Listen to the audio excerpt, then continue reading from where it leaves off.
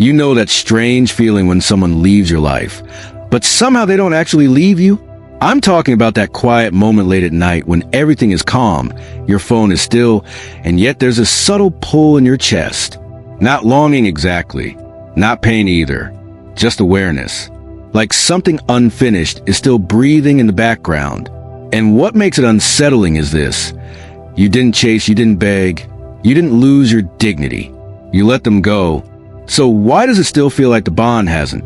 If you've ever been close to an avoidant partner, especially as someone deeply intuitive, emotionally present, or naturally empathetic, this experience can mess with your sense of reality.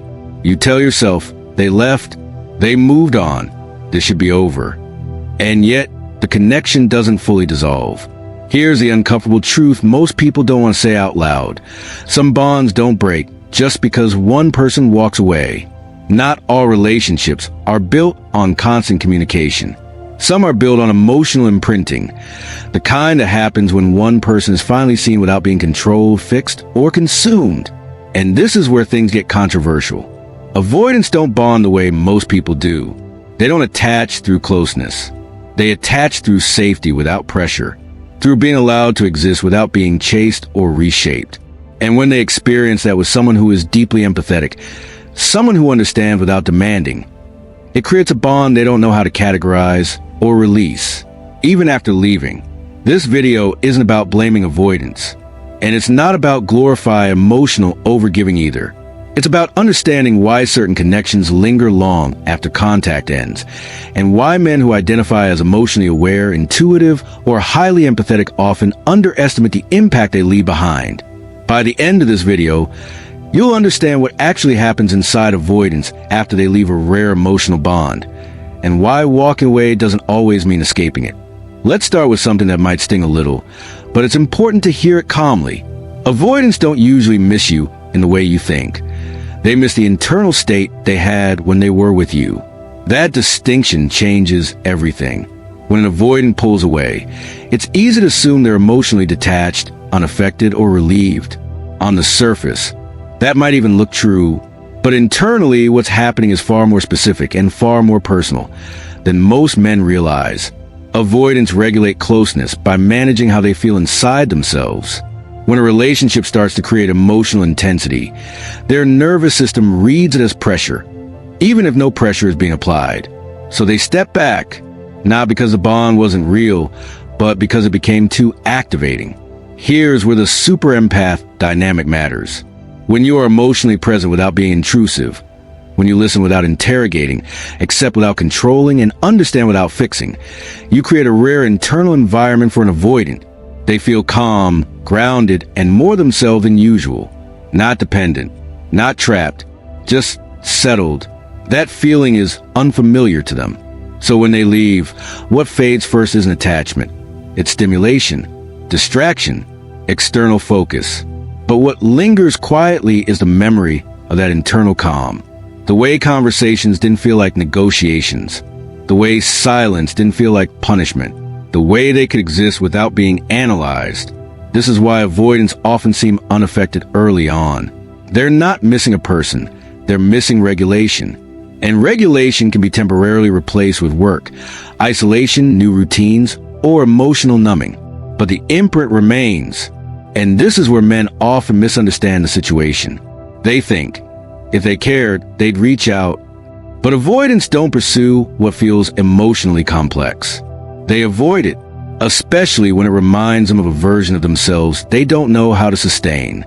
They're not reminiscing about moments. They're noticing the absence of ease. And that realization tends to arrive later, when the nervous system settles and distraction stops working. This isn't about hope or waiting. It's about clarity. The bond lingers not because of dependency, but because emotional safety, once experienced, becomes a reference point. And avoidants don't erase reference points easily. They compartmentalize them. So if you've ever wondered why someone could walk away and yet never fully detach internally, this is why. They didn't lose a person. They lost access to a state of being they rarely experience and didn't know how to keep. And understanding that is a foundation for everything that comes next. There's a moment that comes long after the silence settles, and it doesn't arrive with drama.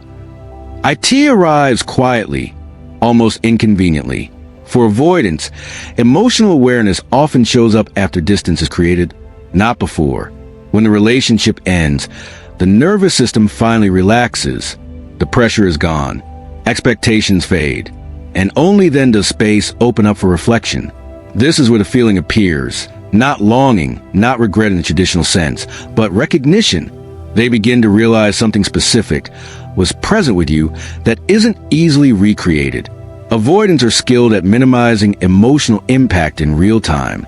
During closeness, they focus on what feels overwhelming. After separation, they notice what felt stabilizing. This delayed emotional processing is why they often appear unaffected early on and thoughtful much later. What they feel too late isn't, "I should have stayed." It's that connection was different. And they rarely admit it, not even to themselves, because naming it would require confronting vulnerability without the safety of distance. This is where many men misinterpret avoidant behavior. They assume silence equals indifference. But silence, in avoidant dynamics, is often where emotional sorting happens, not resolution, sorting. They begin comparing internal states, not people. They notice conversations feel more guarded now.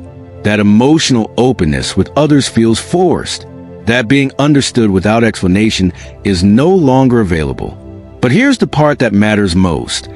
This realization doesn't automatically lead to action. Avoidants don't move toward clarity. They retreat from complexity. And recognizing a rare emotional bond is complex. It raises questions they don't know how to answer. Why did I feel safe? Why did I leave? Why can't I recreate that calm? So instead of reaching out, they compartmentalize. They tell themselves it was situational. Timing, circumstance, chemistry, anything that keeps the insight from becoming personal responsibility. This is why men waiting for closure often stay stuck. They assume awareness leads to reconnection. For avoidance, awareness often leads to internal conflict. And conflict is something they manage by disengaging. The key understanding here isn't about hoping they come back. It's about recognizing the delayed emotional loop. Avoidance feels significance when it's no longer demanding anything from them. That doesn't make the bond imaginary. IT makes it unresolved.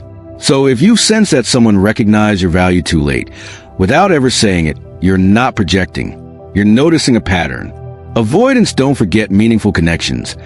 They just file them away where they don't have to act on them.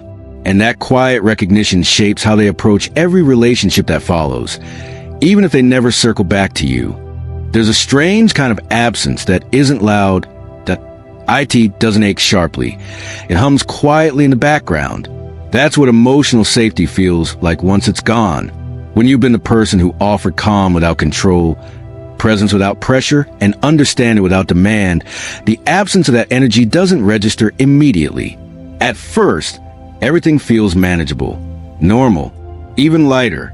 But over time, something subtle shifts. Conversations feel more effortful. Silence feels less neutral.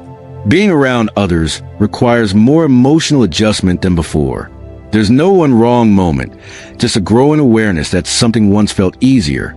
This is where emotional safety turns into something almost haunting, not because it was dramatic, but because it was rare. Avoidants often move through relationships, managing internal distance. They're used to staying regulated by limiting closeness. But when they experience a bond where closeness didn't require vigilance, where they didn't have to perform, explain, or defend, it creates an internal contrast they can't unfeel. Even when they leave, there's a quiet memory of what it felt like to be emotionally unguarded without consequence, to not be misunderstood for needing space, to not feel pursued or corrected, to exist without emotional negotiation. And once that reference exists, everything else is compared against it, consciously or not. This doesn't show up as longing in the way people expect. It shows up as restlessness, as emotional flatness, as an inability to fully settle into new connections without feeling something is missing. Not you specifically, but the internal permission they once felt. For men who have been in this role, it's easy to underestimate this impact. You may assume that because you didn't push, didn't cling, didn't demand, you didn't matter as much. But emotional safety isn't loud, it's anchoring. And once someone experiences it, its absence becomes noticeable, not as pain, but as imbalance. This is why avoidants often return to old emotional reference points mentally, even if they don't act on them. They're not revisiting memories for nostalgia. They're checking in with a version of themselves that felt more stable. And the haunting part isn't missing a person, it's missing a way of being. That's what lingers after contact ends. Not attachment, not dependency, but the quiet question, why did I feel more like myself there than I do now? And questions like that don't fade easily. Let's talk honestly for a moment, calmly, without blame. Many men who find themselves in this dynamic believe their strength comes from understanding more, giving more, and staying patient longer than feels comfortable. They tell themselves that emotional intelligence means tolerance, that being grounded means asking for less. And that's where things quietly break down.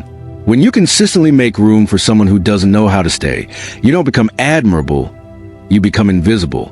Not because you lack value, but because the dynamic stops requiring reciprocity. This isn't about avoiding empathy. It's about misplacing it. Men often confuse emotional availability with emotional self-erasure.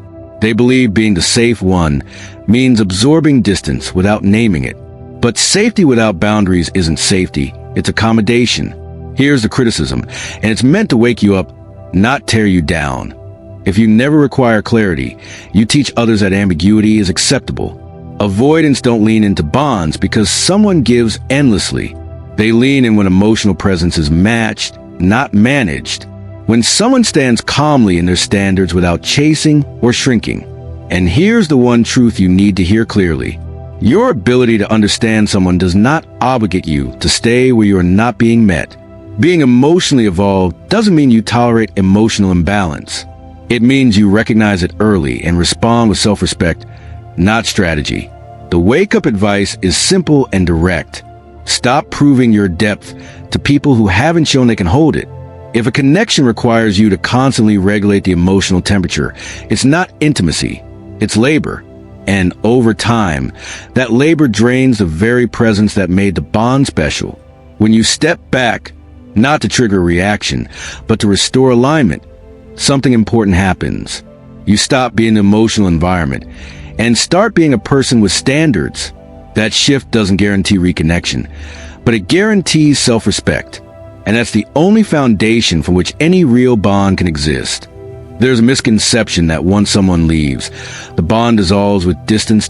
In reality, distance often clarifies what presence kept quiet. When avoidants walk away from a rare emotional connection, they don't lose immediately. They compartmentalize it.